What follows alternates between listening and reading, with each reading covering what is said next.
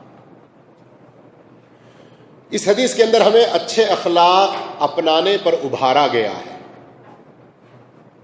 اور اس حدیث سے ایک فائدہ یہ بھی ملا کہ ہر مسلمان کو چاہیے کہ وہ اچھے اخلاق لازمی طور پر اپنائے۔ اچھے اخلاق کس کے ساتھ اپنانا چاہیے ہم کو؟ سب سے پہلے اللہ کے ساتھ، اور پھر اللہ کا جب ذکر کرتے ہیں تو رسول بھی اسی میں آ جائیں گے، پھر اپنے جیسے سارے لوگوں کے حق میں، بالخصوص اپنے نفس کے بارے میں بھی، اپنے ماں باپ کے بارے میں، اپنے بیوی بچوں کے بارے میں، اپنے ساتھ میں کام کرنے والوں کے بارے میں، سب کے بارے میں۔ لیکن تھوڑی سی تعجب کی بات آپ کو لگی ہوگی، اللہ کے بارے میں کیسے ہم اچھے اخلاق اپنائیں؟ پتا ہے نا اللہ کے بارے میں اچھے اخلاق کیا ہے؟ وَلِلَّهِ الْمَثَلُ الْأَعْلَى فَلَا تَضْرِبُوا لِلَّهِ الْأَمْثَالَ۔ بات سمجھ میں آنے کے لیے ایک مثال میں دیتا ہوں، لیکن یہ مثال نعوذ باللہ استغفر اللہ کے بارے میں مثال نہیں، ہماری کم عقلی، ہماری کم علمی کو دور کر کے بات سمجھ میں آنے کے لیے۔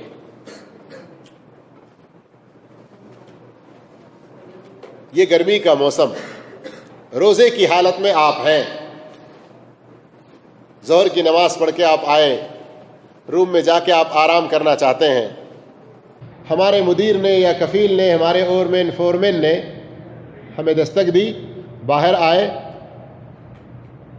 اور وہ ایسا شخص ہے کہ ہم اس کو مانتے ہیں، اس کی عزت و احترام کرتے ہیں، اور وہ تھوڑی دیر کے لیے بھی اگر ہمیں کسی کام پہ لگاتا ہے تو بہت اچھا بدلہ دیتا ہے، اوور ٹائم اچھا دیتا ہے، اور ہمیں ہمارے حق سے محروم نہیں کرتا۔ دستک دی، ہم باہر آئے تو کہا واللہ یا محمد، واللہ یا اخی، ضروری ہے، میں سمجھ رہا ہوں کہ آپ روزے سے ہیں، دھوپ بھی بہت سخت ہے، لیکن ابھی اس وقت یہ کام ہونا ہے اور آپ کو ہی کرنا ہے۔ یہ آپ کو جب پتہ ہے کہ وہ اتنا اچھا آدمی کہ اس کھڑی دھوپ میں روزے کی حالت میں آپ کو یہ کام کرنے کے لیے کہہ رہا ہے، اس کا بھی دل نہیں چاہتا ہوگا، آپ بھی اس بات کو جانتے ہیں، آپ کو تکلیف دینا اس کا مقصد نہیں ہے، روزے میں آپ کو پریشان کرنا اس کا مقصد نہیں ہے، لیکن کام ہے، اور آپ کو یہ بھی پتا ہے کہ کام کریں گے تو